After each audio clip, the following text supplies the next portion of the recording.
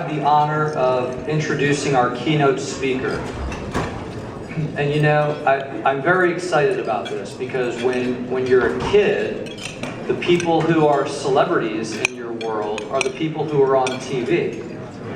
And when I was growing up in Jupiter, there was always these two brothers on TV pitching something. And to me, they were bigger than life because they were on TV. And during all of my years in Palm Beach County, I'm sad to say that I actually never got to meet Greg or his brother, and Greg until today. But so I get the distinct pleasure of introducing him on up here for the keynote address. So for those of you that don't know, Greg Rice, along with his late identical twin brother John, might be best known by the people around Florida as one of the guys in the Hewlett TV commercials. Let's call Hewlett. Pretty good. Not only does he appear in the advertisements for Hewlett, but he also writes and produces the ads. For 23 years now, not only has Greg been the face and brand for Hewlett, but he's also the marketing director there. And today, Hewlett is the 20th largest pest control company in the United States, with offices throughout the state of Florida. Greg started his business career here in Palm Beach County in the late 60s while he was still in high school. And today he is sought after by many companies for their sales and marketing efforts. Greg serves as a director of the South Florida Fair and the Central Palm Beach County Chamber of Commerce. And he's also the vice chair of the Planning and Zoning Board for the City of Lake Worth.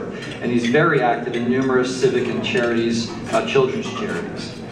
Greg, he shared with me a wonderful little quote that actually I learned serves as a grave marker on his brother's tombstone. And I think it sums up the Rice brothers wonderfully. And that's that a person is not measured from the top of their head to the bottom of their feet, but instead from their shoulders to the sky when you can think big. So please join me in welcoming a Palm Beach County icon, Mr. Greg Rice.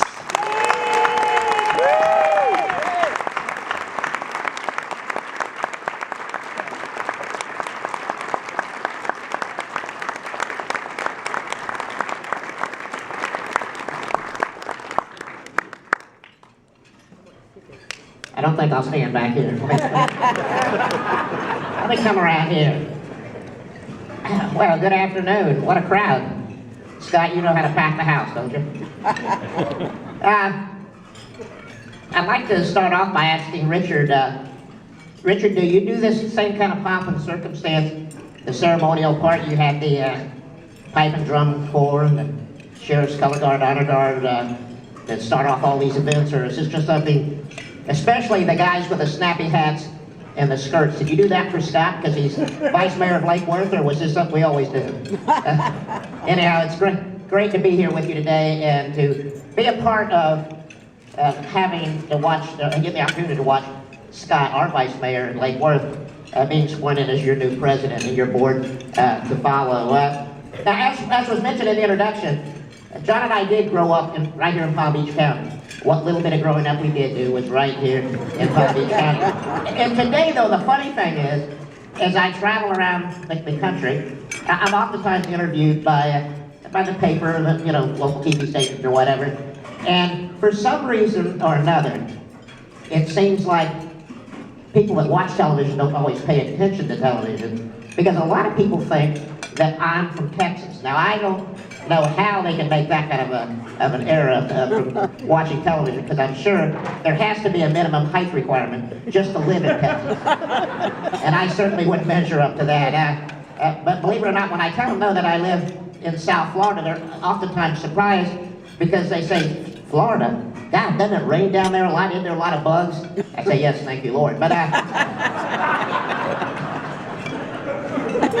yes, like I said, what little bit of growing up I did do is right here in South Florida. Now, my goal today, and my short time that I get to spend with you, is to get you out of here, me too, before the afternoon rain showers. We've been having quite a bit of rain these last couple of weeks or whatever, and there's advantages and disadvantages to everything in life. And I'm sure as elected officials and folks that are in the capacity that all of us in this room are today, we learned that we have to adjust and look sometimes, and we have to look sometimes awfully hard to see some of those advantages. But when you're just 3 feet tall, I'm always the last to know when it starts to rain. However, I am the first to know when it starts to flood. So I got to be real careful when I hang out in some of the places that are more prone to that kind of thing. But so my goal was to get you out of here before any of that happens. Palm Beach County has changed over the years. I've lived here all my life, and I can proudly say that the changes that I've observed, for the most part, have been wonderful changes to the whole area. And you know, we are blessed. I tell people this all the time. You know how it is when you meet people that are from somewhere else, especially like New York, New Jersey, and places like that. They're always so proud to boast that they're from New Jersey, or they're from here, or there, or whatever. I always tell people, I'm grateful I had smart parents. I was born here. And everybody else just kind of discovers it and moves here. And we're glad that they do, because it certainly does help spur our local economy and the housing sector and all that kind of drives our economy to a great portion here in South Florida. But growing up in South Florida, I have so many great, wonderful memories.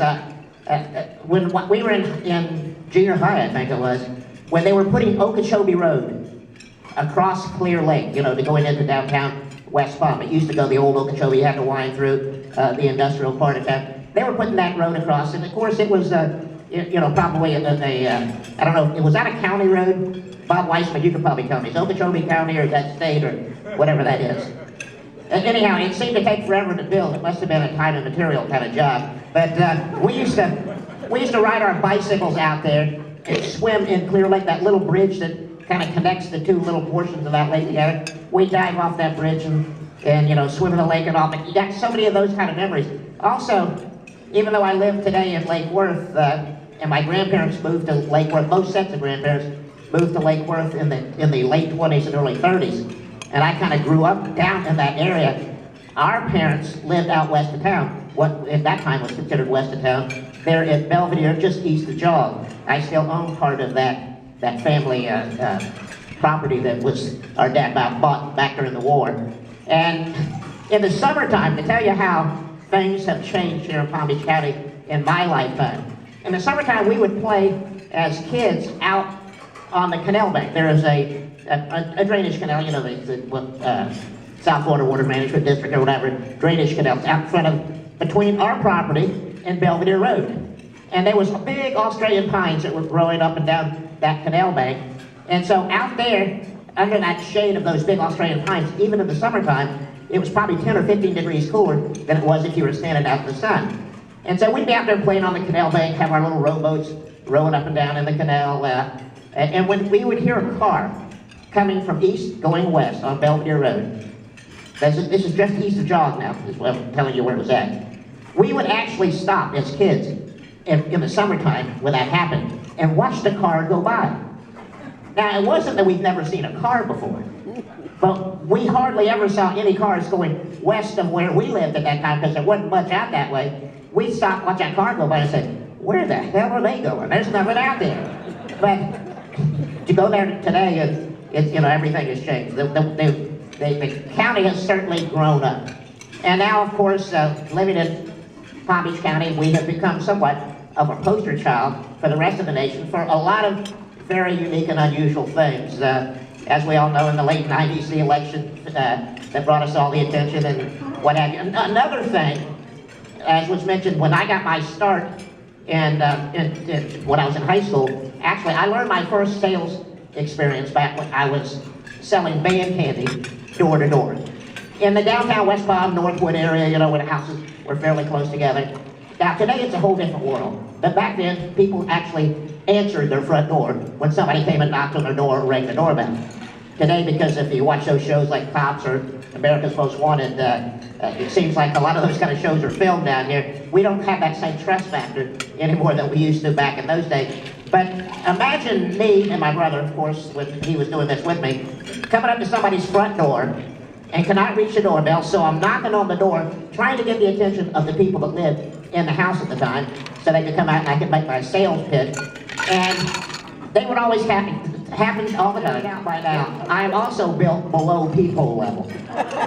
But eventually, curiosity always got the best of them. They had to open up the door to see, number one, if there was somebody out there, or number two, maybe they thought they had the worst case of termites in termite history because all that noise going on. Well, they'd open the door, I would run between their legs into their house, set up all my candy samples, and I'd be halfway through my sales pitch before they even realized I was in there. So that's how I got my start in the sales business, and went on from there into the real estate business, and now we're in the pest control business, as most of you in the room probably realize. But it is a great opportunity that we all have living here in South Florida and being part of such a great and mixed and diverse economy that we have.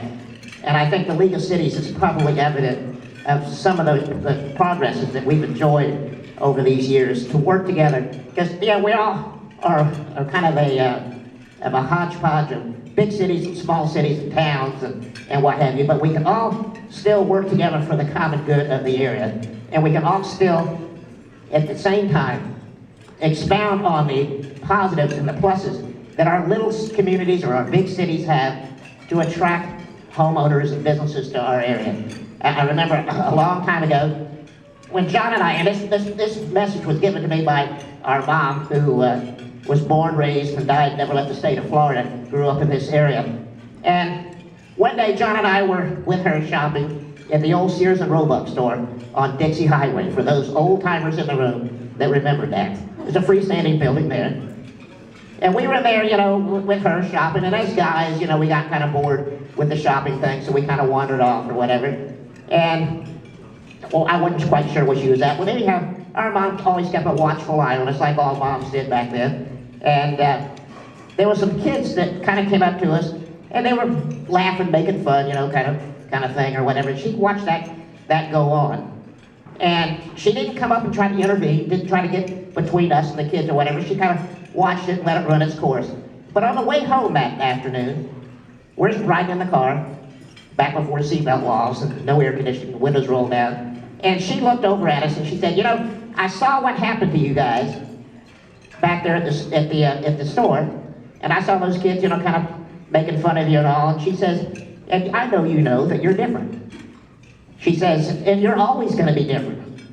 She says, but you can't let what other people say about you, and that's evident with some of the things people say about us and our cities and stuff in the press. You can't let those things get to you. She says, because it's not what other people think about you that creates your worth. It's what you think about you that's going to create your worth. She said, you guys have got to look at yourself like a couple of dimes and a handful of nickels. She said, smaller in size, but possibly worth a little bit more. And that's the same thing.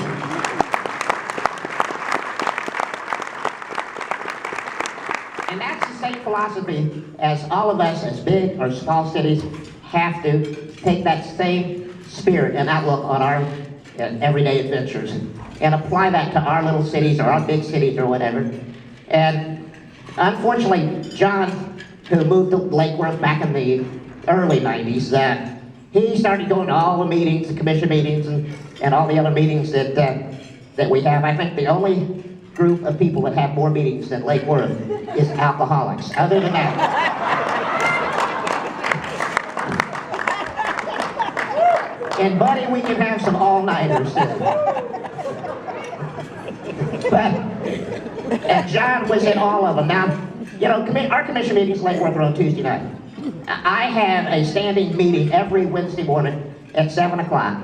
So I'm not as late nighter as he was, certainly. But he'd go to these long, enduring meetings, commission meetings. On Wednesday morning, he would call me as I was driving to the office to give me kind of a recap or whatever. And I tell people I'm probably one of the luckiest guys in the room to have had the opportunity to be born in America, number one.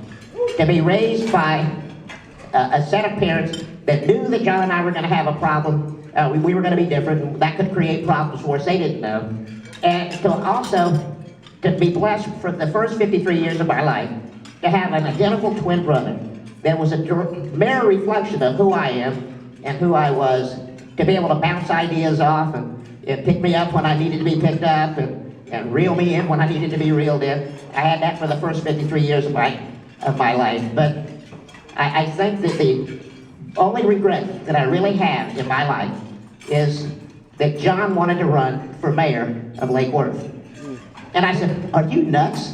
I said, I'm asking you that for this reason. Everybody confuses me for you anyhow. And so all the crap that elected officials have to put up with, even though I wouldn't be one, I'm going to have to take because you want to be mayor. Well, but that's the biggest regret that I have in my life, that I actually talked about it because I thought he'd have done a great job at it, and I'm sure he would have. And that was at a time that Lake Worth really needed some good guidance or whatever. But we're grateful today that we have a great commission and a great city manager. And I'm just proud to say that I live in Lake Worth. And I hope that all of the folks in all these tables up front, like I said, I don't know how many tickets Scott sold, but he must be getting a commission on this or something, Richard. Anyhow. But, you know, we all share that commonality, and like I said, my hat's off to all of you as elected officials or people that serve on volunteer boards or whatever capacity that we have in the public sector for enhancing the quality of life that we enjoy here in Palm Beach County. And I'm sure that the League of Cities is going to be in great hands with Commissioner Maxwell being at the helm. I don't see how he has time to do it, but he can certainly figure it out. He told me last week he had 160-something appointments or something in 1 week. And he's like me. It's a good thing he's not a girl. He has a hard time saying no.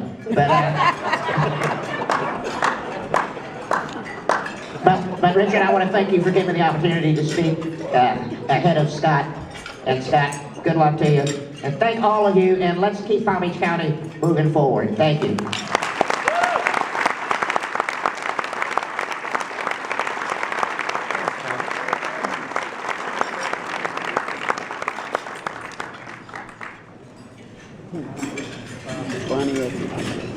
He's funny. Our local hero, let's give him another hand.